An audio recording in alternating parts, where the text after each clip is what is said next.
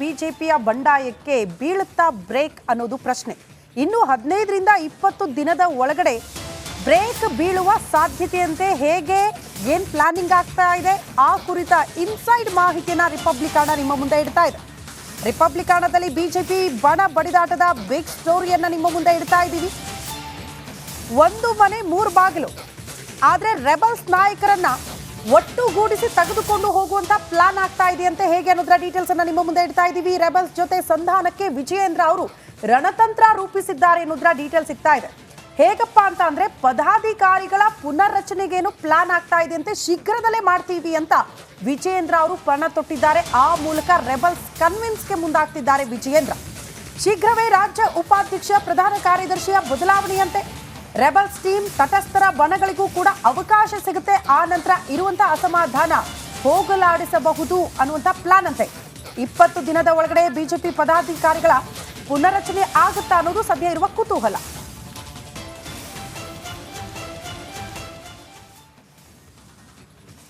ಪುನರ್ರಚನೆ ಆದ ತಕ್ಷಣ ರೆಬಲ್ಸ್ ಎಲ್ಲ ಕನ್ವಿನ್ಸ್ ಆಗ್ಬಿಡ್ತಾರೆ ಅಂತ, ಎಲ್ಲ ಒಗ್ಗಟ್ಟಾಗ್ಬಿಡ್ತಾರೆ ಅಂತ. ಬಟ್ ಅದು ಸಾಧ್ಯ ಇಲ್ಲ ಅಂತ ಅನ್ಸುತ್ತೆ. ಇಲ್ಲ, ಒಂದು ಪ್ರಯತ್ನವನ್ನು ಪಡ್ತಾ ಇದ್ದಾರೆ. ನಿಜವಾಗಿ ಬಿಜೆಪಿ ಈಗ ದೊಡ್ಡ ಹೋರಾಟವನ್ನು ಮಾಡಬೇಕಿತ್ತು. ಪ್ರಿಯಾಂಕ್ ಖರ್ಗೆ ವಿರುದ್ಧ ಮತ್ತು ಈ ಜಾತಿ ವಿರುದ್ಧ ಹೋರಾಟ ಮಾಡಬೇಕಿತ್ತು. ಇವರು ಇದರಲ್ಲೇ ಬಿಸಿ ಆಗಿಬಿಟ್ಟಿದ್ದಾರೆ. ಮಾತಾಡಿದಾರಂತಲ್ಲ, ಯಾರು ಮಾತಾಡಿದ್ದಾರೆ? ಶಾಸಕ ವೈ ಸಂಪಂಗಿ ಮಾತಾಡಿದ್ರೆ ಏನು ಮಾತಾಡಿದ್ರೆ ಕೇಳಿಸ್ಕೊಳ್ಳಿ.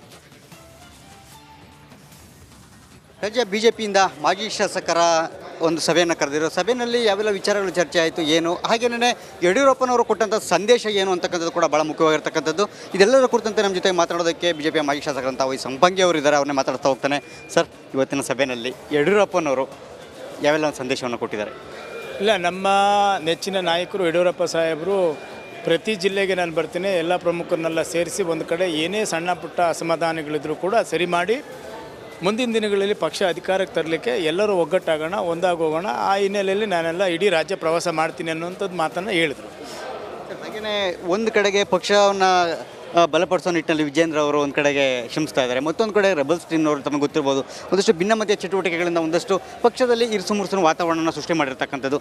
ಇದರ ಬಗ್ಗೆ ಏನಾದರೂ ಯಡಿಯೂರಪ್ಪ ಅವರು ತಮ್ಮ ಬೇಸರವನ್ನು ತಮ್ಮ ಮುಂದೆ ಏನೋ ತೋಡ್ಕೊಂಡ್ರೆ? ಸರ್, ಇಲ್ಲ, ಯಡಿಯೂರಪ್ಪ ಸಾಹೇಬ್ರ ಬೇಸರ ಏನಿಲ್ಲ. ಅವರು ನಮ್ಮವರೇ, ಎಲ್ಲರೂ ಸರಿ ಮಾಡ್ಕೊಂಡು ಒಟ್ಟು ಕರ್ಕೊಂಡು ಹೋಗೋಣ.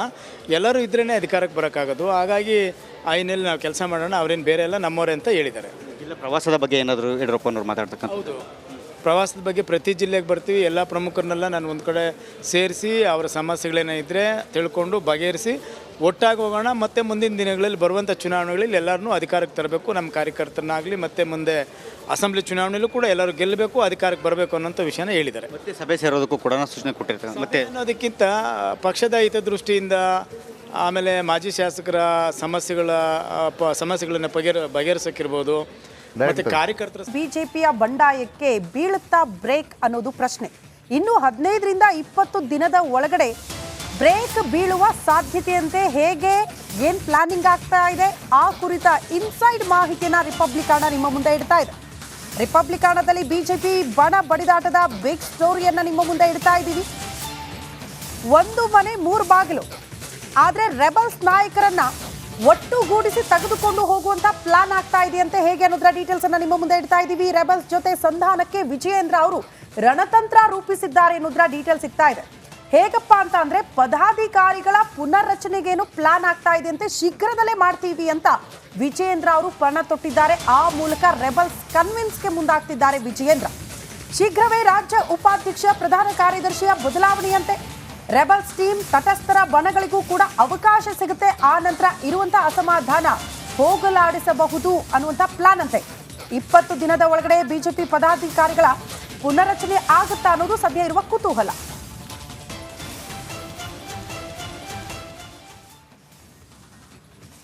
ಪುನರ್ರಚನೆ ಆದ ತಕ್ಷಣ ರೆಬಲ್ಸ್ ಎಲ್ಲ ಕನ್ವಿನ್ಸ್ ಆಗ್ಬಿಡ್ತಾರೆ ಅಂತ, ಎಲ್ಲ ಒಗ್ಗಟ್ಟಾಗ್ಬಿಡ್ತಾರೆ ಅಂತ. ಬಟ್ ಅದು ಸಾಧ್ಯ ಇಲ್ಲ ಅಂತ ಅನ್ಸುತ್ತೆ. ಇಲ್ಲ, ಒಂದು ಪ್ರಯತ್ನವನ್ನು ಪಡ್ತಾ ಇದ್ದಾರೆ. ನಿಜವಾಗಿ ಬಿಜೆಪಿ ಈಗ ದೊಡ್ಡ ಹೋರಾಟವನ್ನು ಮಾಡಬೇಕಿತ್ತು. ಪ್ರಿಯಾಂಕ್ ಖರ್ಗೆ ವಿರುದ್ಧ ಮತ್ತು ಈ ಜಾತಿ ವಿರುದ್ಧ ಹೋರಾಟ ಮಾಡಬೇಕಿತ್ತು. ಇವರು ಇದರಲ್ಲೇ ಬಿಸಿ ಆಗಿಬಿಟ್ಟಿದ್ದಾರೆ. ಮಾತಾಡಿದಾರಂತಲ್ಲ, ಯಾರು ಮಾತಾಡಿದ್ದಾರೆ? ಶಾಸಕ ವೈ ಸಂಪಂಗಿ ಮಾತಾಡಿದ್ರೆ ಏನು ಮಾತಾಡಿದ್ರೆ ಕೇಳಿಸ್ಕೊಳ್ಳಿ. ರಾಜ್ಯ ಬಿಜೆಪಿಯಿಂದ ಮಾಜಿ ಶಾಸಕರ ಒಂದು ಸಭೆಯನ್ನು ಕರೆದಿರೋ ಸಭೆಯಲ್ಲಿ ಯಾವೆಲ್ಲ ವಿಚಾರಗಳು ಚರ್ಚೆ ಆಯಿತು, ಏನು ಹಾಗೇನೇ ಯಡಿಯೂರಪ್ಪನವರು ಕೊಟ್ಟಂಥ ಸಂದೇಶ ಏನು ಅಂತಕ್ಕಂಥದ್ದು ಕೂಡ ಭಾಳ ಮುಖ್ಯವಾಗಿರ್ತಕ್ಕಂಥದ್ದು. ಇದೆಲ್ಲದರ ಕುರಿತಂತೆ ನಮ್ಮ ಜೊತೆ ಮಾತಾಡೋದಕ್ಕೆ ಬಿಜೆಪಿಯ ಮಾಜಿ ಶಾಸಕರಂತ ವೈ ಸಂಪಂಗಿ ಅವರು ಇದ್ದಾರೆ. ಅವ್ರನ್ನೇ ಮಾತಾಡ್ತಾ ಹೋಗ್ತಾನೆ. ಸರ್, ಇವತ್ತಿನ ಸಭೆಯಲ್ಲಿ ಯಡಿಯೂರಪ್ಪನವರು ಯಾವೆಲ್ಲ ಒಂದು ಸಂದೇಶವನ್ನು ಕೊಟ್ಟಿದ್ದಾರೆ? ಇಲ್ಲ, ನಮ್ಮ ನೆಚ್ಚಿನ ನಾಯಕರು ಯಡಿಯೂರಪ್ಪ ಸಾಹೇಬರು ಪ್ರತಿ ಜಿಲ್ಲೆಗೆ ನಾನು ಬರ್ತೀನಿ, ಎಲ್ಲ ಪ್ರಮುಖರನ್ನೆಲ್ಲ ಸೇರಿಸಿ ಒಂದು ಕಡೆ ಏನೇ ಸಣ್ಣ ಪುಟ್ಟ ಅಸಮಾಧಾನಗಳಿದ್ರೂ ಕೂಡ ಸರಿ ಮಾಡಿ ಮುಂದಿನ ದಿನಗಳಲ್ಲಿ ಪಕ್ಷ ಅಧಿಕಾರಕ್ಕೆ ತರಲಿಕ್ಕೆ ಎಲ್ಲರೂ ಒಗ್ಗಟ್ಟಾಗೋಣ, ಒಂದಾಗೋಗೋಣ. ಆ ಹಿನ್ನೆಲೆಯಲ್ಲಿ ನಾನೆಲ್ಲ ಇಡೀ ರಾಜ್ಯ ಪ್ರವಾಸ ಮಾಡ್ತೀನಿ ಅನ್ನುವಂಥದ್ದು ಮಾತನ್ನು ಹೇಳಿದರು. ಹಾಗೆಯೇ ಒಂದು ಕಡೆಗೆ ಪಕ್ಷವನ್ನು ಬಲಪಡಿಸೋ ನಿಟ್ಟಿನಲ್ಲಿ ವಿಜೇಂದ್ರ ಅವರು ಒಂದು ಕಡೆಗೆ ಶ್ರಮಿಸ್ತಾ ಇದ್ದಾರೆ, ಮತ್ತೊಂದು ಕಡೆ ರೆಬಲ್ಸ್ ಟೀಮ್ನವರು ತಮಗೆ ಗೊತ್ತಿರ್ಬೋದು ಒಂದಷ್ಟು ಭಿನ್ನಮತೀಯ ಚಟುವಟಿಕೆಗಳಿಂದ ಒಂದಷ್ಟು ಪಕ್ಷದಲ್ಲಿ ಇರುಸು ಮುರುಸಿನ ವಾತಾವರಣನ ಸೃಷ್ಟಿ ಮಾಡಿರ್ತಕ್ಕಂಥದ್ದು. ಇದರ ಬಗ್ಗೆ ಏನಾದರೂ ಯಡಿಯೂರಪ್ಪ ಅವರು ತಮ್ಮ ಬೇಸರವನ್ನು ತಮ್ಮ ಮುಂದೆ ಏನೋ ತೋಡ್ಕೊಂಡ್ರೆ ಸರ್? ಇಲ್ಲ, ಯಡಿಯೂರಪ್ಪ ಸಾಹೇಬ್ರ ಬೇಸರ ಏನಿಲ್ಲ, ಅವರು ನಮ್ಮವರೇ, ಎಲ್ಲರೂ ಸರಿ ಮಾಡ್ಕೊಂಡು ಒಟ್ಟು ಕರ್ಕೊಂಡು ಹೋಗೋಣ, ಎಲ್ಲರೂ ಇದ್ರೇ ಅಧಿಕಾರಕ್ಕೆ ಬರೋಕ್ಕಾಗೋದು. ಹಾಗಾಗಿ ಆ ಹಿನ್ನೆಲೆ ನಾವು ಕೆಲಸ ಮಾಡೋಣ, ಅವ್ರೇನು ಬೇರೆ ಎಲ್ಲ ನಮ್ಮವರೇ ಅಂತ ಹೇಳಿದ್ದಾರೆ. ಇಲ್ಲ, ಪ್ರವಾಸದ ಬಗ್ಗೆ ಏನಾದರೂ ಯಡಿಯೂರಪ್ಪನವ್ರು ಮಾತಾಡ್ತಕ್ಕಂಥ? ಹೌದು, ಪ್ರವಾಸದ ಬಗ್ಗೆ ಪ್ರತಿ ಜಿಲ್ಲೆಗೆ ಬರ್ತೀವಿ, ಎಲ್ಲ ಪ್ರಮುಖರನ್ನೆಲ್ಲ ನಾನು ಒಂದು ಕಡೆ ಸೇರಿಸಿ ಅವರ ಸಮಸ್ಯೆಗಳೇನೋ ಇದ್ದರೆ ತಿಳ್ಕೊಂಡು ಬಗೆಹರಿಸಿ ಒಟ್ಟಾಗಿ ಹೋಗೋಣ. ಮತ್ತು ಮುಂದಿನ ದಿನಗಳಲ್ಲಿ ಬರುವಂಥ ಚುನಾವಣೆಗಳಲ್ಲಿ ಎಲ್ಲರನ್ನೂ ಅಧಿಕಾರಕ್ಕೆ ತರಬೇಕು, ನಮ್ಮ ಕಾರ್ಯಕರ್ತರನ್ನಾಗಲಿ, ಮತ್ತು ಮುಂದೆ ಅಸೆಂಬ್ಲಿ ಚುನಾವಣೆಯಲ್ಲೂ ಕೂಡ ಎಲ್ಲರೂ ಗೆಲ್ಲಬೇಕು, ಅಧಿಕಾರಕ್ಕೆ ಬರಬೇಕು ಅನ್ನೋಂಥ ವಿಷಯನ ಹೇಳಿದ್ದಾರೆ. ಮತ್ತೆ ಸಭೆ ಸೇರೋದಕ್ಕೂ ಕೂಡ ಸೂಚನೆ ಕೊಟ್ಟಿರ್ತಾರೆ. ಮತ್ತೆ ಅನ್ನೋದಕ್ಕಿಂತ ಪಕ್ಷದ ಹಿತದೃಷ್ಟಿಯಿಂದ, ಆಮೇಲೆ ಮಾಜಿ ಶಾಸಕರ ಸಮಸ್ಯೆಗಳನ್ನು ಬಗೆಹರಿಸೋಕ್ಕಿರ್ಬೋದು, ಮತ್ತು ಕಾರ್ಯಕರ್ತರ ಸಮಸ್ಯೆ. ಬಿಜೆಪಿಯ ಬಂಡಾಯಕ್ಕೆ ಬೀಳುತ್ತಾ ಬ್ರೇಕ್ ಅನ್ನೋದು ಪ್ರಶ್ನೆ. ಇನ್ನು 15ರಿಂದ 20 ದಿನದ ಒಳಗಡೆ ಬ್ರೇಕ್ ಬೀಳುವ ಸಾಧ್ಯತೆಯಂತೆ ಹೇಗೆ ಏನ್ ಪ್ಲಾನಿಂಗ್ ಆಗ್ತಾ ಇದೆ ಆ ಕುರಿತ ಇನ್ಸೈಡ್ ಮಾಹಿತಿಯನ್ನ ರಿಪಬ್ಲಿಕಾಣ ನಿಮ್ಮ ಮುಂದೆ ಇಡ್ತಾ ಇದೆ. ರಿಪಬ್ಲಿಕಾಣದಲ್ಲಿ ಬಿಜೆಪಿ ಬಣ ಬಡಿದಾಟದ ಬಿಗ್ ಸ್ಟೋರಿಯನ್ನ ನಿಮ್ಮ ಮುಂದೆ ಇಡ್ತಾ ಇದ್ದೀವಿ.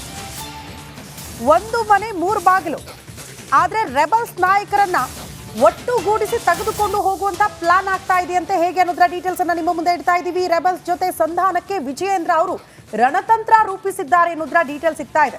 ಹೇಗಪ್ಪ ಅಂತ ಅಂದ್ರೆ ಪದಾಧಿಕಾರಿಗಳ ಪುನರ್ರಚನೆಗೇನು ಪ್ಲಾನ್ ಆಗ್ತಾ ಇದೆ ಅಂತೆ, ಶೀಘ್ರದಲ್ಲೇ ಮಾಡ್ತೀವಿ ಅಂತ ವಿಜಯೇಂದ್ರ ಅವರು ಪಣ ತೊಟ್ಟಿದ್ದಾರೆ. ಆ ಮೂಲಕ ರೆಬಲ್ಸ್ ಕನ್ವಿನ್ಸ್ಗೆ ಮುಂದಾಗ್ತಿದ್ದಾರೆ ವಿಜಯೇಂದ್ರ. ಶೀಘ್ರವೇ ರಾಜ್ಯ ಉಪಾಧ್ಯಕ್ಷ ಪ್ರಧಾನ ಕಾರ್ಯದರ್ಶಿಯ ಬದಲಾವಣೆಯಂತೆ ರೆಬಲ್ಸ್ ಟೀಮ್ ತಟಸ್ಥರ ಬಣಗಳಿಗೂ ಕೂಡ ಅವಕಾಶ ಸಿಗುತ್ತೆ. ಆ ನಂತರ ಇರುವಂತಹ ಅಸಮಾಧಾನ ಹೋಗಲಾಡಿಸಬಹುದು ಅನ್ನುವಂಥ ಪ್ಲಾನ್ ಅಂತೆ. 20 ದಿನದ ಒಳಗಡೆ ಬಿಜೆಪಿ ಪದಾಧಿಕಾರಿಗಳ ಪುನರ್ರಚನೆ ಆಗುತ್ತಾ ಅನ್ನೋದು ಸದ್ಯ ಇರುವ ಕುತೂಹಲ.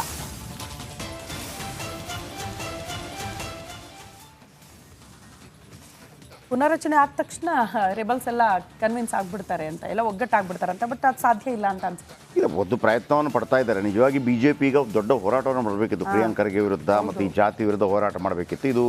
ಇವರು ಇದರಲ್ಲೇ ಬಿಸಿ ಆಗಿಬಿಟ್ಟಿದ್ದಾರೆ. ಮಾತಾಡಿದಾರಂತಲ್ಲ, ಯಾರು ಮಾತಾಡಿದ್ದಾರೆ? ಶಾಸಕ ವೈ ಸಂಪಂಗಿ ಮಾತಾಡಿದ್ರೆ ಏನು ಮಾತಾಡಿದ್ರೆ ಕೇಳಿಸ್ಕೊಳ್ಳಿ. ರಾಜ್ಯ ಬಿಜೆಪಿಯಿಂದ ಮಾಜಿ ಶಾಸಕರ ಒಂದು ಸಭೆಯನ್ನು ಕರೆದಿರೋ ಸಭೆಯಲ್ಲಿ ಯಾವೆಲ್ಲ ವಿಚಾರಗಳು ಚರ್ಚೆ ಆಯಿತು ಏನು, ಹಾಗೆಯೇ ಯಡಿಯೂರಪ್ಪನವರು ಕೊಟ್ಟಂಥ ಸಂದೇಶ ಏನು ಅಂತಕ್ಕಂಥದ್ದು ಕೂಡ ಭಾಳ ಮುಖ್ಯವಾಗಿರ್ತಕ್ಕಂಥದ್ದು. ಇದೆಲ್ಲದರ ಕುರಿತಂತೆ ನಮ್ಮ ಜೊತೆ ಮಾತಾಡೋದಕ್ಕೆ ಬಿಜೆಪಿಯ ಮಾಜಿ ಶಾಸಕರಂತ ವೈ ಸಂಪಂಗಿ ಅವರು ಇದ್ದಾರೆ, ಅವ್ರನ್ನೇ ಮಾತಾಡ್ತಾ ಹೋಗ್ತಾನೆ. ಸರ್, ಇವತ್ತಿನ ಸಭೆಯಲ್ಲಿ ಯಡಿಯೂರಪ್ಪನವರು ಯಾವೆಲ್ಲ ಒಂದು ಸಂದೇಶವನ್ನು ಕೊಟ್ಟಿದ್ದಾರೆ?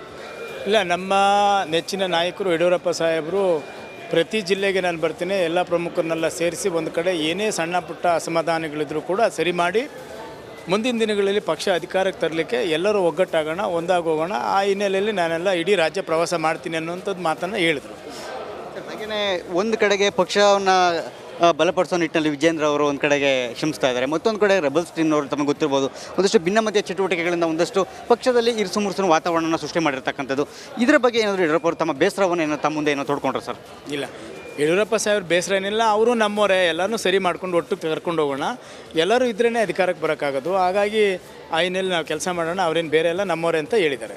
ಇಲ್ಲ, ಪ್ರವಾಸದ ಬಗ್ಗೆ ಏನಾದರೂ ಯಡಿಯೂರಪ್ಪನವ್ರು ಮಾತಾಡ್ತಕ್ಕಂಥ? ಹೌದು, ಪ್ರವಾಸದ ಬಗ್ಗೆ ಪ್ರತಿ ಜಿಲ್ಲೆಗೆ ಬರ್ತೀವಿ, ಎಲ್ಲ ಪ್ರಮುಖರನ್ನೆಲ್ಲ ನಾನು ಒಂದು ಕಡೆ ಸೇರಿಸಿ ಅವರ ಸಮಸ್ಯೆಗಳೇನೋ ಇದ್ದರೆ ತಿಳ್ಕೊಂಡು ಬಗೆಹರಿಸಿ ಒಟ್ಟಾಗಿ ಹೋಗೋಣ. ಮತ್ತು ಮುಂದಿನ ದಿನಗಳಲ್ಲಿ ಬರುವಂಥ ಚುನಾವಣೆಗಳಲ್ಲಿ ಎಲ್ಲರನ್ನೂ ಅಧಿಕಾರಕ್ಕೆ ತರಬೇಕು, ನಮ್ಮ ಕಾರ್ಯಕರ್ತರನ್ನಾಗಲಿ, ಮತ್ತು ಮುಂದೆ ಅಸೆಂಬ್ಲಿ ಚುನಾವಣೆಯಲ್ಲೂ ಕೂಡ ಎಲ್ಲರೂ ಗೆಲ್ಲಬೇಕು, ಅಧಿಕಾರಕ್ಕೆ ಬರಬೇಕು ಅನ್ನೋಂಥ ವಿಷಯನ ಹೇಳಿದ್ದಾರೆ. ಮತ್ತೆ ಸಭೆ ಸೇರೋದಕ್ಕೂ ಕೂಡ ಸೂಚನೆ ಕೊಟ್ಟಿರ್ತಾರೆ. ಮತ್ತೆ ಅನ್ನೋದಕ್ಕಿಂತ ಪಕ್ಷದ ಹಿತದೃಷ್ಟಿಯಿಂದ, ಆಮೇಲೆ ಮಾಜಿ ಶಾಸಕರ ಸಮಸ್ಯೆಗಳನ್ನು ಬಗೆಹರಿಸೋಕ್ಕಿರ್ಬೋದು, ಮತ್ತು ಕಾರ್ಯಕರ್ತರ ಸಮಸ್ಯೆ